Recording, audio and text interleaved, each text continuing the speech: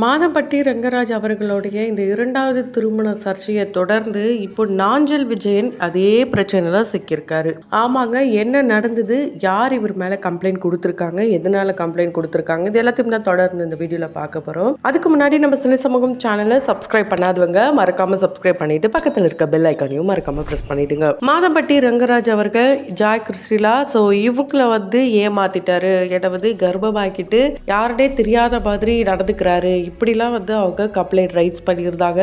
என்னுடைய குழந்தைக்கு ஒரு நல்ல பதில் வேணும், கண்டிப்பாக அதுக்கு நியாயம் வாங்கி தருவேன், இப்படிலாம் அவங்க போராட்டத்தில் களமிறங்கியிருக்காங்க. சமீபத்தில் சிஎம் அவர்களுக்கு கூட ஒரு அறிக்கை ஒன்று வெளியேற்றிருந்தாங்க. இதெல்லாம் தொடர்ந்து இதே நிலையில் இப்போ ஒரு திருநங்கை ஒருத்தங்க விஜய் டிவி பிரபலமான நாஞ்சல் விஜயன் மேலே கம்ப்ளைண்ட் ரைஸ் பண்ணியிருக்காங்க. ஆமாங்க, திருநங்கை வைஷு.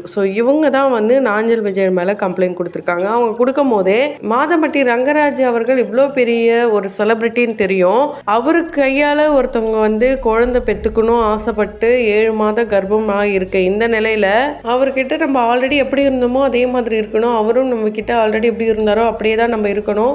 என்னுடைய குழந்தைக்கு நல்ல ஒரு நிலைமைக்கு கொண்டு வரணும், அதுக்கு அப்பான்ற ஸ்தானத்தை மாதம்பட்டி ரங்கராஜ் அவர்களுடைய பேர் தான் போடணும், இப்படிலாம் போராடிட்டு இருக்க இந்த நிலையில அவங்களுக்கே நியாயம் கிடைக்குமா கிடைக்காதான்னு தெரியல. இருந்தாலும் நம்ம எப்படி இதை வெளியே சொல்றது நான் தயங்கியிருந்தேன். சொல்லாம இருந்தா எப்படியாவது எனக்கும் நியாயம் கிடைக்கணும், இந்த மீடியா தான் எனக்கு உதவி செய்யணும்னு சொல்லி தான் நான் இப்போ ஓப்பனா பண்றேன்னு சொல்லி அந்த திருநகை ஆரம்பிக்கிறாங்க. அவங்களும் நாஞ்சல் விஜயனும் 2011 இருந்து ஒரு நல்ல நட்புல இருந்திருக்காங்க. கிட்டத்தட்ட 6 இருந்து 7 வருட காலம் அவங்க 2 பேரும் காதலிச்சும் இருக்காங்க. அவங்க உடல் ரீதியாகவும் சரி மன ரீதியாகவும் ஒன்னாவும் இருந்திருக்காங்களாம். வில்லிவாக்கத்துல இருக்கும் போது குடும்பமாவும் எல்லாரும் ஃப்ரெண்ட்ஷிப்போட தான் இருந்திருக்காங்க. அதே நேரம் ரெசார்ட்டுக்கு ஒன்னா போறது, ஒரே ரூம்ல தங்குறது, குடும்பம் எல்லாரும் ஒன்னா இருந்தாலும் நாஞ்சல் விஜயனும் இந்த திருநங்கை வைஷ்ணவும் பாத்தீங்கன்னா ஒன்னா தான் இருப்பாங்களாம். அவங்களுடைய ஃபேமிலிலாம் எதுவுமே சொல்லாம தான் இருந்தாங்களாம். 2 பேரும் 6 வருட காதல் இருந்திருக்காங்க.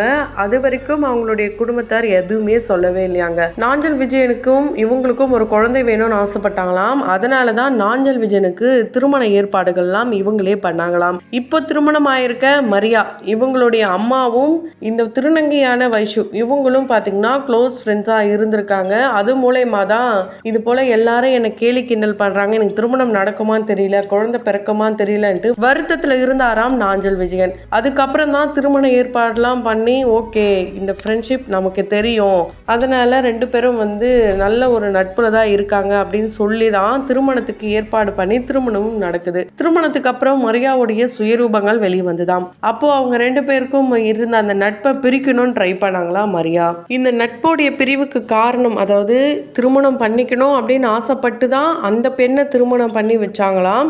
திருமணம் நடந்தாலும் என் கூட உறவுலையும் இருந்தாரு அப்படின்ற மாதிரியான விஷயங்களை வைஷ்ணவ் சொல்லியிருக்காங்க. இதெல்லாம் பார்க்கும் போது நம்ம எந்த நாட்டுல இருக்கோம் அப்படின்ற ஒரு கேள்விதான் வருது. என்னன்னா ஒருத்தவங்க, அதாவது திருநங்கையா இருக்கிறவங்க கூட காதல் உடல் ரீதியாகவும் மன ரீதியாகவும் ஒன்னா இருந்து குடும்ப அளவுல எல்லாருக்கும் தெரிய அவங்களே திருமணம் பண்ணி வைக்கிறாங்க அப்படின்னும் போது நம்மளாம் எங்க இருக்கோம் அப்படின்ற கேள்விதான் வருது. இந்த விஷயத்துல இவங்க சொல்லி முடிக்கும் போது நாஞ்சல் விஜயன் இதுக்கு என்ன சொல்றாருன்னா, அவங்க பேசுறாங்களா அவங்க யாருன்னு எனக்கு தெரியல அப்படின்ற மாதிரிதான் அவர் சொல்லியிருக்காரு. அதுக்கு இவங்களுடைய ரிப்ளைவா என்னவா இருக்குன்னா, தப்பு பண்ற எவனா இருந்தாலும் நான் தான் தப்பு பண்ணேன்னு எந்த இடத்துல ஒத்துக்க மாட்டான். அப்படி இருக்கும் போது என்கிட்ட ஆதாரங்கள் இருக்கு, 7 மாத கர்ப்பிணியா நிக்கும் போது அந்த சைட்ல இருந்து எந்த ஒரு ரெஸ்பான்ஸும் இல்லாத இந்த நிலையில நான் எதை வச்சு ப்ரூஃப் கொடுக்கறது, நான் பெட்ரூம்ல கேமராவா வச்சிருக்க முடியும், நாங்க ஒன்னா இருந்ததா படம் எடுத்தா காட்ட முடியும் அப்படின்ற மாதிரியான விஷயங்களை இவங்க பேசியிருக்காங்க. உண்மையாலே இதெல்லாம் கேட்கும் போதும் பார்க்கும் போதும் நாடு வேற இடத்துக்கு தான் போயிட்டு இருக்கு, எதை நோக்கி போகுது அப்படின்ற கேள்விதான் வந்துட்டு இருக்கு. மனைவியா வாழ்ந்துட்டு இருந்த ஒரு திருநங்கையை விட்டுட்டு திருநங்கை அப்படின்னு தெரிஞ்சும் வாழ்ந்துட்டு ஒரு பெண்ணை திருமணம் பண்ணி அந்த திருமணத்துக்கு அப்புறமும் இந்த உறவுல ஒன்னா சுத்திட்டு இருந்து ஒரு குழந்தை இப்பதான் ரீசெண்டா பிறந்தது, அந்த ஒரு குழந்தை பிறந்ததுக்கு அப்புறம் தான் நாஞ்சல் விஜயன் அவர்கள் இவங்களை ஏமாத்திட்டாரு அப்படின்ற மாதிரியான விஷயங்களை சொல்றாங்க. விளக்கி வச்சாராம், ஒதுக்கி வச்சிருக்காராம், பேசுறது கிடையாதாம், நேரடியா பார்த்தா கூட பார்த்தும் கண்டும் காணாத மாதிரி போறாராம். எல்லாம் தெரிஞ்சும் இவங்க 2 பேரும் இந்த உறவுல இருந்ததே மிகப்பெரிய தவறான விஷயம். இதுக்கு இவருடைய மனைவியும் துணை நிக்கணும் அப்படின்ட்டு இவங்க சொல்லியிருக்காங்க. அவங்க எப்படி சொல்லியிருப்பாங்கன்னா, அவங்க உண்மைகள் தெரிஞ்சு மரியா எங்க 2 பேர் பிரிக்க தான் பார்த்தாங்க, ஆனா இதே உண்மை திருமணத்துக்கு முன்னாடி அவங்க தெரிஞ்சிருந்து கூட எங்க 2 பேரையும் நல்லா பழக தான் விட்டாங்க. அப்படி இருக்கும்போது எதுக்கு இப்போ வந்து எங்கள் 2 பேரையும் பிரிக்கிறாங்க, நாங்கள் 2 பேரும் ஒன்றா வாழணும்னு நினைக்கிறோம், ஒரு குழந்தைக்காக தான் அவங்கள நான் திருமணம் பண்ணி வச்சேன் அப்படின்ட்டு ஓப்பனாக ஸ்டேட்மெண்ட் கொடுத்துருக்காங்க. ஸோ இந்த நிலையில் யாருன்னே தெரியாதுன்னு சொல்லிட்டு போகிற அவரு எந்த மனநிலையில் அவங்க கூட பழகினாருன்னு தெரியல. சட்ட ரீதியாக எல்லாத்தையும் பார்த்துக்கலாம் அப்படின்னு சொல்லி தான் இவங்க வந்து இப்போ கம்ப்ளைண்ட் கொடுத்துருக்காங்க. ஸோ 7 வருஷம் தண்டனை கண்டிப்பாக நாஞ்சல் விஜயனுக்கு கிடைக்கும் அப்படின்ட்டு அவங்களுடைய அட்வொகேட்டும் சொல்லியிருக்காரு.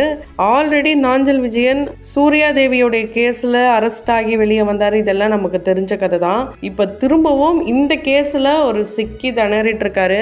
பொதுவாக எந்த ஒரு விஷயம் நடந்தாலும் முதல்ல இருக்கிறது ஆண்களை காட்டிலும் பெண்கள் மீது தான் தவறான ஒரு விஷயம் எல்லாத்தையும் பரப்பிட்டு வருவாங்க. அந்த மாதிரி தான் இந்த திருநங்கை மேலேயும் அவதூறான விஷயங்களை பரப்பிட்டு வராங்க.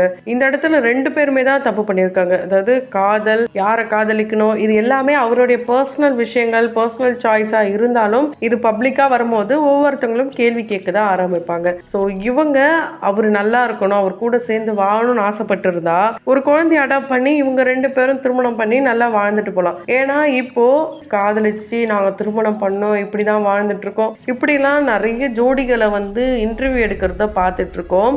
அப்படி இருக்கும்போது ஒரு குழந்தைய காட்டி திருமணம் வரைக்கும் உடல் ரீதியாகவும் பழகிட்டு இப்போ அதே குழந்தை பிறந்ததுக்கு அப்புறமா இல்லை வேணாம் நீ ஒரு திருநங்கை அப்படின்னு சொல்லி விட்டுட்டு போறதுல எந்த ஒரு நியாயமான விஷயமும் கிடையாது. ஸோ இது இந்த சொசைட்டிக்கு மீறி நடக்கிற சில விஷயங்கள்ல ஒன்னாதான் கருதப்படுது. பொதுவாகவே திருநங்கையா இருக்கிறவங்க யாரையுமே நம்ப மாட்டாங்க.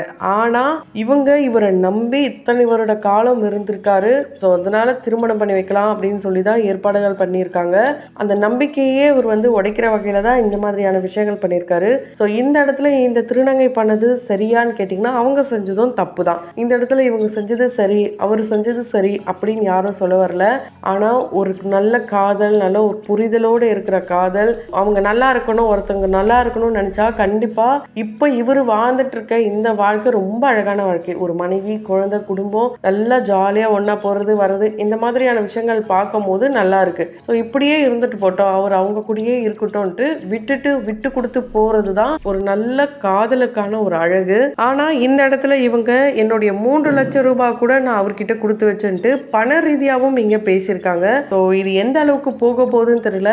ஆனா இந்த செய்தியெல்லாம் கேட்கும் போது நாடு நாசமா போயிட்டு இருக்குன்னு மட்டும் ரொம்ப நல்லா தெரியுது. மன உளைச்சல்ல மாத்திரை போடுற அளவுக்கு தான் அந்த திருநங்கை இருந்திருக்காங்க. அவங்களுக்கு நீதி நியாயம் எல்லாம் கிடைக்கணுன்றதுக்காக தான் இப்ப கம்ப்ளைண்ட் கொடுத்து மீடியா முன்னாடி கொடுத்துட்டு இருக்காங்க பேட்டியெல்லாம். ஸோ இது தொடர்ந்து பார்க்கலாம். அதுக்கு முன்னாடி நம்ம ஸ்ரீ சமூகம் சேனலை சப்ஸ்கிரைப் பண்ணிட்டு பக்கத்தில் இருக்க பெல் ஐக்கனையும் மறக்காம ப்ரெஸ் பண்ணிடுங்க.